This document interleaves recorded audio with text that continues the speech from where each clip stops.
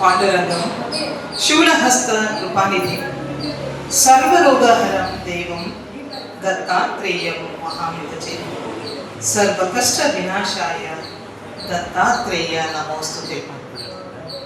ಈ ದಿನ ಈ ದೇವಸ್ಥಾನದ ಸನ್ನಿಧಾನದಲ್ಲಿ ಒಂದು ವಿಶಿಷ್ಟವಾದ ಮತ್ತೆ ಒಂದು ಗುರುತರವಾದಂತಹ ಕಾರ್ಯಕ್ರಮವನ್ನು ನಾವು ಹಮ್ಮಿಕೊಂಡಿದ್ದೇವೆ.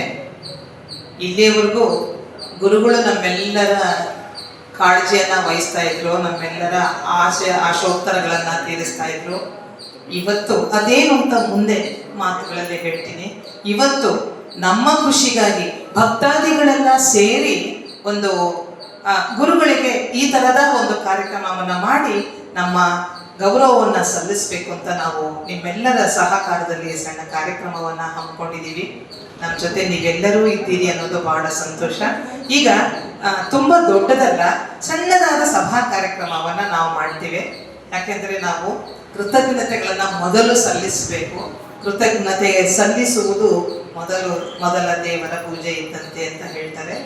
ಎಲ್ರಿಗೂ ನಮಸ್ಕಾರ. ನಾನು ಶ್ರೀಮತಿ ರವೀಂದ್ರ. ಈ ದೇವಸ್ಥಾನದ ಬಹಳಷ್ಟು ಭಕ್ತ ವೃಂದದಲ್ಲಿ ಡಿವೋಟಿಗಳಲ್ಲಿ ನಾನು ಒಂದು ಸಾಗರದ ಒಂದು ಬಿಂದು. ದಯವಿಟ್ಟು ಈ ಕಾರ್ಯಕ್ರಮವನ್ನು ಶುರು ಮಾಡೋಣ.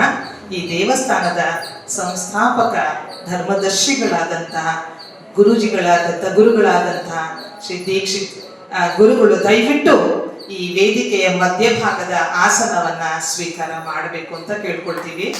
ಅವರನ್ನು ನಾವು ಚಪ್ಪಾಳೆಗಳ ಮೂಲಕ ಸ್ವಾಗತಿಸಿ ಅವರನ್ನ ಇಲ್ಲಿ ವೇದಿಕೆಯ ಸ್ಥಾನಕ್ಕೆ ಬರಮಾಡಿಕೊಳ್ಳೋಣ. ಹಾಗೆಯೇ ಈ ದಿನದ ಇವರೊಂದಿಗೆ ಆಸನಗಳನ್ನು ಶೇರ್ ಮಾಡ್ಕೊಳ್ತಿರೋರು ಶ್ರೀ ಎಸ್.ಎನ್. ದತ್ತಾತ್ರೇಯ ನಾಡಿಗರವರು. ಇವರು ಯಾವುದೇ ಫಲಾಪೇಕ್ಷೆ ಇಲ್ಲದೆ ಇಲ್ಲಿವರೆಗೂ ದತ್ತನ ಸೇವೆಯನ್ನ ಮಾಡ್ತಾ ಬಂದಂತಹ ಪುಣ್ಯವಂತರು. ಬಹುಶಃ ನಾವು ದತ್ತನನ್ನ ನಾವು ಅಂತರಾತ್ಮದಲ್ಲಿ ಕಾಣಬಹುದು. ಅಂದ್ರೆ ಇಂಥ ಸೇವಾಕರ್ತರನ್ನ ನಾವು ನೋಡಿದ್ರೆ ನಮ್ದು ಎಷ್ಟೋ ಪಾಪ ಕರ್ಮಗಳು ಪರಿಹಾರ ಆಗತ್ತೆ ಅನ್ಸುತ್ತೆ. ಈ ನಾಡಿಗರು ದತ್ತಾತ್ರೇಯ ನಾಡಿಗರಿಗೂ ಸಹ ಚಪ್ಪಾಳೆಗಳ ಮೂಲಕ ನಾವು ಅವ್ರನ್ನ ಸ್ವಾಗತಿಸೋಣ. ಹಾಗೆಯೇ ಇನ್ನೊಬ್ಬರು ಈ ಗುರುಗಳೊಂದಿಗೆ ಆಸನವನ್ನ ಪಾಲ್ಗೊಳ್ತಾ ಇರೋರು ಶ್ರೀ ದಿವಾಕರ್ ನಾಡಿಗರವರು, HOD, ಭಾರತೀಯ ವಿದ್ಯಾಸಂಸ್ಥೆಯಲ್ಲಿ ಅವರು ಕೆಲಸ ಮಾಡ್ತಾರೆ. ಇಂಜಿನಿಯರಿಂಗ್ ಕಾಲೇಜಲ್ಲಿ HOD ಆಗಿದ್ರು. ಅವ್ರಿಗೂ ಸಹ ನಾವು ಚಪ್ಪಾಳೆಗಳ ಮೂಲಕ ಗುರುಗಳ ಪಕ್ಕದ ಆಸನಕ್ಕೆ ನಾವು ಆಹ್ವಾನಿಸೋಣ.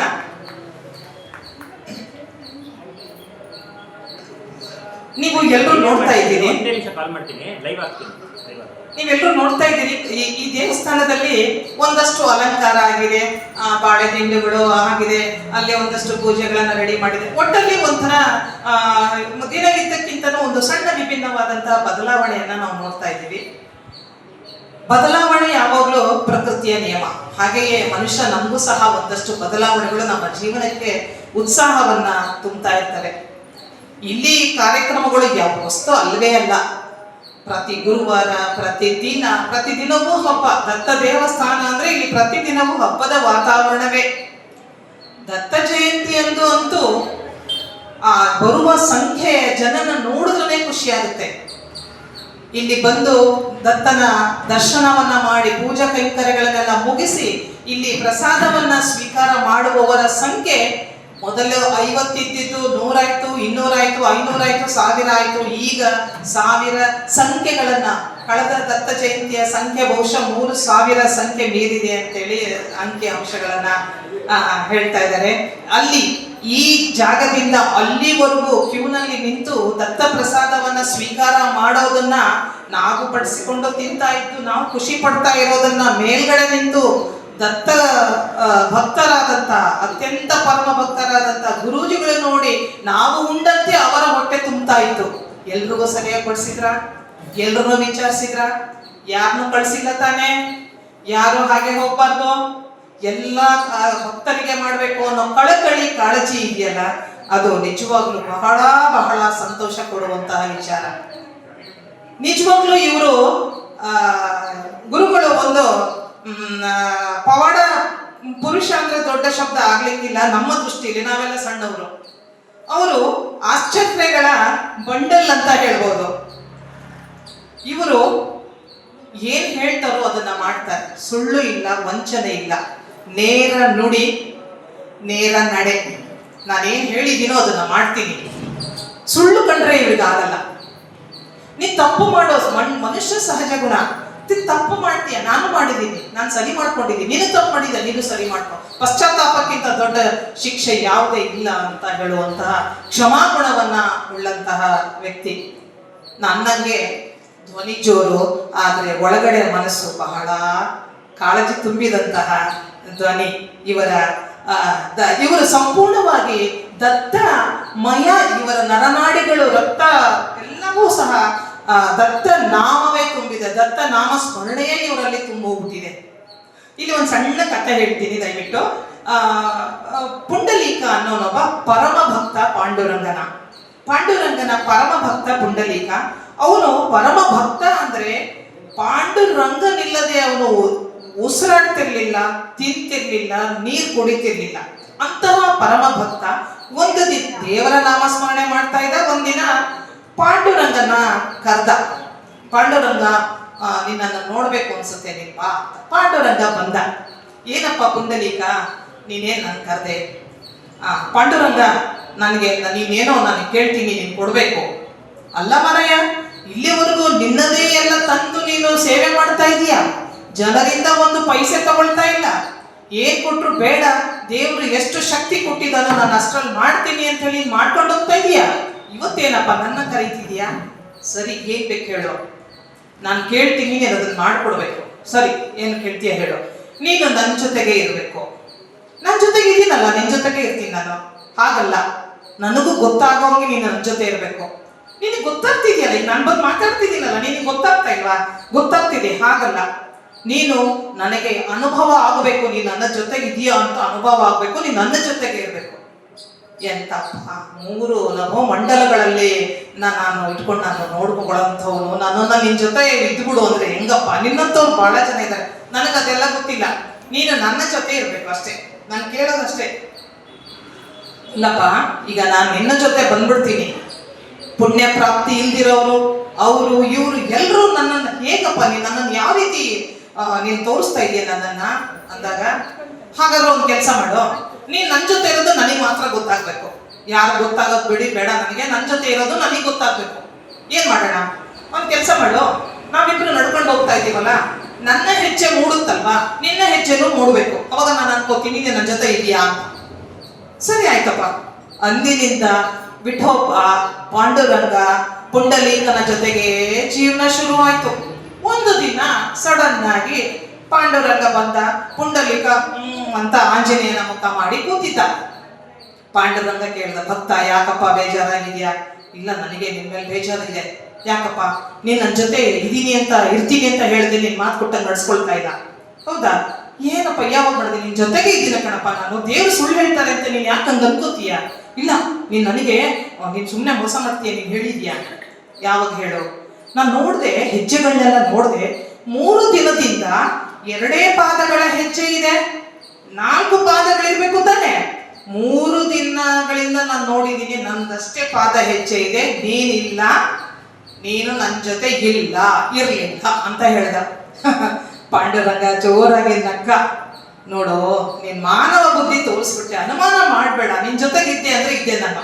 ಮತ್ತೆ ತೋರ್ಸು, ನಿನ್ ಕಾಲಲ್ಲಿ ತೋರ್ಸು, ಬಾಯಿಲಿ. ಈ 2 ಹೆಜ್ಜೆಗಳು, ಇದು ಕಾಣ್ತಿದವಲ್ಲ 2 ಪಾದಗಳು, ಅದು ನಂದೇ. ಮತ್ತೆ ನಾನೆಲ್ಲಿ ಹೋಗಿದ್ದೆ? ಅಯ್ಯೋ ಮರಯ್ಯ, ನಿನಗೆ ಊಟನೂ ಸೇರಿದೆ, ಅಂಥ ಜ್ವರದಲ್ಲಿ ಎಚ್ಚರ ತಪ್ಪಿ ಮಲಗಿದ್ದೆ, ನಿನ್ನನ್ನ ನಾನು ಹೊತ್ಕೊಂಡು ಓಡಾಡ್ತಿದ್ದೆ ಕಣಪ್ಪ ಅಂತ ಪಾಂಡುರಂಗ ಹೇಳ್ತಾ ಇದ್ದಂಗೆನೆ ಪುಂಡಲೀಕ ಗಳಗಳನೇ ಹತ್ತು ಪಾಂಡುರಂಗನ ಪಾದ ಹಿಡ್ದ. ನಾನು ಈ ಕಥೆ ಹೇಳ್ತಾ ಇರೋದು ಸಮಯೋಚಿತ ಮತ್ತು ನೇರವಾಗಿ ಗುರುಗಳನ್ನ ಹೋಲಿಸಿ. ಯಾಕೆಂದ್ರೆ ಅವರು ದತ್ತನೊಂದಿಗೆ ಬದುಕ್ತಾ ಇದ್ದಾರೆ, ದತ್ತನ ಹೆಸರಲ್ಲೇ ಉಸಿರಾಡ್ತಾ ಇದ್ದಾರೆ, ದತ್ತನ ನಾಮಸ್ಮರಣೆ ಜಪ ಎಲ್ಲವೂ ಸಹ ಅವರಿಗೆ ಇಷ್ಟೊಂದು 90 ವಯಸ್ಸು, ಇಳಿ ವಯಸ್ಸು ಅಂತಾರೋ ಏರು ವಯಸ್ಸು ಅಂತಾರೋ ನಂಗೆ ಗೊತ್ತಿಲ್ಲಪ್ಪ. ಇವರು ಏರು ವಯಸ್ಸು ಅಂದ್ರೂ ಅದೇ ಸ್ಪಿರಿಟ್ಟು, ಇಳಿ ವಯಸ್ಸು ಅಂದ್ರೂ ಅದೇ ಸ್ಪಿರಿಟ್ಟು. ಅವರಿಗೆ ಪವರ್ ಸಪ್ಲೈ ಎಲ್ಲಿಂದ ಗೊತ್ತಾ? ಅಲ್ಲಿಂದ ಮೇನ್ ಸ್ವಿಚ್ ಅಲ್ಲಿದೆ ಅವರಿಗೆ. ದತ್ತ ಅನ್ನುವ ಹೆಸರನ್ನ ಇಟ್ಕೊಂಡು ಆ ಹೆಸರಿನ ಬಲ, ಅದೇ ಶಕ್ತಿ ಅವರು ಇಲ್ಲಿವರೆಗೂ ಸಹ ಮಾಡ್ಕೊಂಡು ಬಂದಿದ್ದಾರೆ. ತನ್ನ ಸರ್ವಸ್ವವನ್ನು ದತ್ತನಿಗಾಗಿ ತ್ಯಾಗ ಮಾಡಿ, ಯಾವ ವ್ಯಾಮೋಹವಿಲ್ಲದೆ ಸರಿ ಮಾಡು ಅಂತ ಮಾಡುವ ಹುಮ್ಮಸ್ಸಿದೆಯಲ್ಲ, ಅದೆಲ್ರಿಗೂ ಬರುವಂಥದ್ದಲ್ಲ. ಇಂಥದ್ರಲ್ಲಿ ಅವರು ತಾವು ಕೆಲಸ ಮಾಡ್ತಾ ಇದ್ದಂತ ವೃತ್ತಿ ಬಾಂಧವರ ಸಮಸ್ಯೆಗಳಿಗೆಲ್ಲ ಅವರು ಧ್ವನಿಯಾಗಿದ್ರು. ಅವರ ಸಮಸ್ಯೆಗಳಿಗೆಲ್ಲ ಕೋರ್ಟು ಕಚೇರಿ ಹೋರಾಡಿದವರು ಅವರು. ಅದನ್ನೆಲ್ಲ ಮಾಡಿ ಬಂದವರು ಆಧ್ಯಾತ್ಮಿಕತೆಡೆಗೆ ಹೇಗೆ ಅವರು ತಿರುಗಿದ್ರು ಅನ್ನೋದನ್ನ ಗುರುಗಳು ಇತ್ತೀಚೆಗೆ ತಮ್ಮ ಬಯೋಗ್ರಫಿ ಬರೀತಾ ಇದ್ದಾರೆ. ಅವರ ಕಥೆಯನ್ನ ಬರೀತಾ ಇದ್ದಾರೆ. ಅವರು ಅದರಲ್ಲಿ ಓದಬೇಕು, ಅವರೆಲ್ಲ ಹೇಗೆ ಅಲ್ಲಿಂದ ಹೀಗೆ ಬಂದ್ರು ಅಂತ. ಇಂಥವ್ರು ತಮ್ಮ ಸರ್ವಸ್ವವನ್ನೆಲ್ಲ ದೇವಸ್ಥಾನವನ್ನಾಗಿ ಮಾಡಿದ್ರು. ಸರಿ, ದೇವಸ್ಥಾನ ಮಾಡೋದು ಅಷ್ಟು ಸುಲಭ ಆಯ್ತಾ? ಇಲ್ಲ. ಅವರ ಷಷ್ಠಿ ಪೂರ್ತಿ ಕಾರ್ಯಕ್ರಮ ನಡಿಬೇಕಿತ್ತು ಇನ್ನೆರಡು ದಿನದಲ್ಲಿ. 2 ದಿನ ಮುಂಚೆ ಅವರ ಧರ್ಮ ಪತ್ನಿಯವರಾದಂತಹ, ಇವರಿಗೆ ಮಾರ್ಗದರ್ಶಿಯೂ ಆಗಿದ್ದಂತಹ, ಇವರಿಗೆ ಮೋಟಿವೇಶನ್ನೂ ಆಗಿದ್ದಂತಹ, ಇವರ ಸಂಪೂರ್ಣ ಕಾರ್ಯಗಳಿಗೆ ಸಂಪೂರ್ಣ ಬೆಂಬಲ ತೋರಿಸ್ತಾ ಇದ್ದಂತಹ ಶ್ರೀಮತಿ ಲಕ್ಷ್ಮೀ ಅಮ್ಮನವರು ಅವರಿಗೊಂದು ಕನಸು ಬಿದ್ದು ಶ್ರೀಧರ ಸ್ವಾಮಿಗಳು ಬಂದು, ನೋಡಮ್ಮ, ನೀವೊಂದು ದೇವಸ್ಥಾನ ಕಟ್ಟಬೇಕು ಅಂತ ಹೇಳಿದ್ರು. ದೇವಸ್ಥಾನ ಕಟ್ಟಬೇಕಾ? ನಮ್ದು ಅನುಮಾನದ ಬುದ್ಧಿ ಹೆಂಗಸರದು. ಏನೇನ್ರು ಹೌದಾ, ಹೋಗಿದ್ರ ಜನ ಅಂತೀವಿ. ಲಕ್ಷ್ಮೀದೇವರು ಅವರು ಹಾಗೇನೆ, ಹೌದಪ್ಪ, ನೀನು ಶ್ರೀಧರ ಸ್ವಾಮಿ ಅಂತ ಹೇಳಲಿಕ್ಕೆ ಏನ್ ಪ್ರೂಫು? ನೀವೇನೋ ಹೇಳ್ಬಿಡ್ತೀರಾ ಅಂತ ಕೇಳಿದ್ರು. ಇಲ್ಲ, ನಾನು ಖಂಡಿತ ಶ್ರೀಧರ ಸ್ವಾಮಿ, ನಾನು ಬಂದಿದ್ದೆ ನಿನ್ನ ಕನಸಲ್ಲಿ ಈ ತರ ಒಂದು ಅಪ್ಪಣೆ ಕೊಟ್ಟಿದ್ದೀನಿ ಅನ್ಲಿಕ್ಕೆ.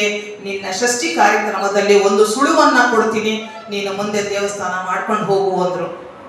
ಅದು ನಿಜಕ್ಕೂ ಮಾರನೇ ದಿನ ಅದು ಒಂದು ವಿಚಿತ್ರವಾದ ಘಟನೆ ನಡೀತು. ನಾನು ಅದನ್ನ ರಿವೀಲ್ ಮಾಡಲ್ಲ. ಅವರ ಪುಸ್ತಕವನ್ನ ಅವರು ಬರೆದಾದ್ಮೇಲೆ, ರಿಲೀಸ್ ಆದ್ಮೇಲೆ ದಯವಿಟ್ಟು ಅವರು ಓದಿ, ಬಹಳ ಚೆನ್ನಾಗಿದೆ. ಆಯ್ತು, ದೇವಸ್ಥಾನ ಕಟ್ಟಬೇಕು ಅಂತ ಆಯ್ತು.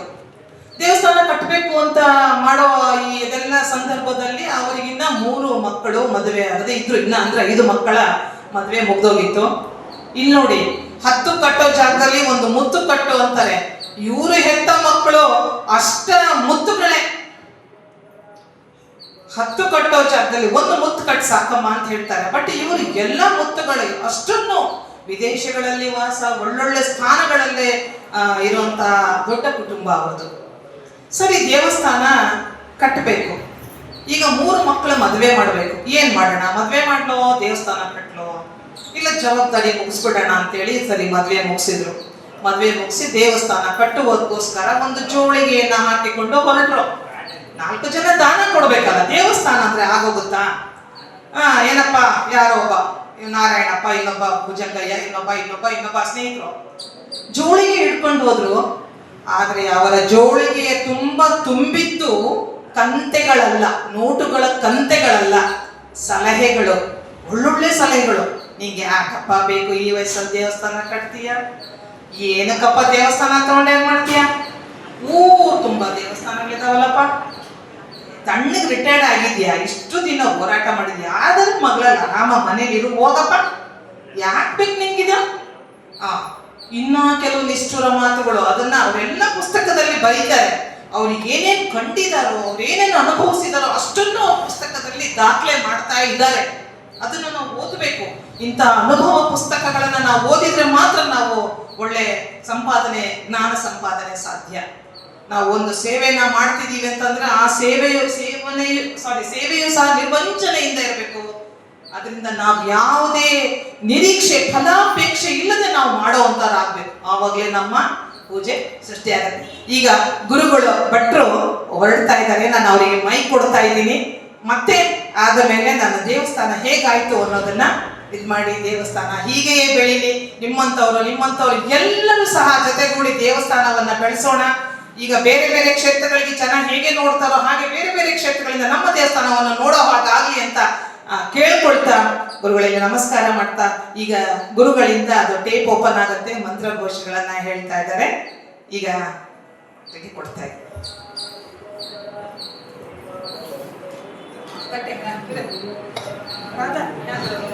ಕಚೇರಿಯ ಬಾಗಿಲ ಹತ್ರ ಗುರುಗಳ ಕಚೇರಿ ಬಾಗಿಲ ಹತ್ರ ಹೋಗಿ ನಿಂತ್ಕೋಬೇಕು. ಗಾಯತ್ರಿ, ರಾಧಾ, ರಾಧಾ, ನಾನು ಒಳಗೆ ಹೋಗ್ತೀನಿ.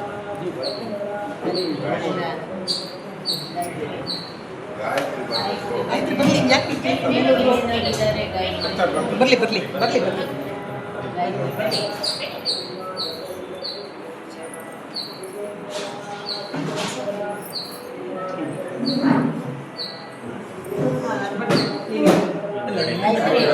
ಆಗುತ್ತಾ? ರೆಕಾರ್ಡಿಂಗ್ ಆಗುತ್ತಾ? ರೆಕಾರ್ಡಿಂಗ್ ಆಗುತ್ತಲ್ಲ? ಬನ್ರಿ, ಬಾಲ್ ಇಟ್ಕೊಳ್ಳಿದ್ದು.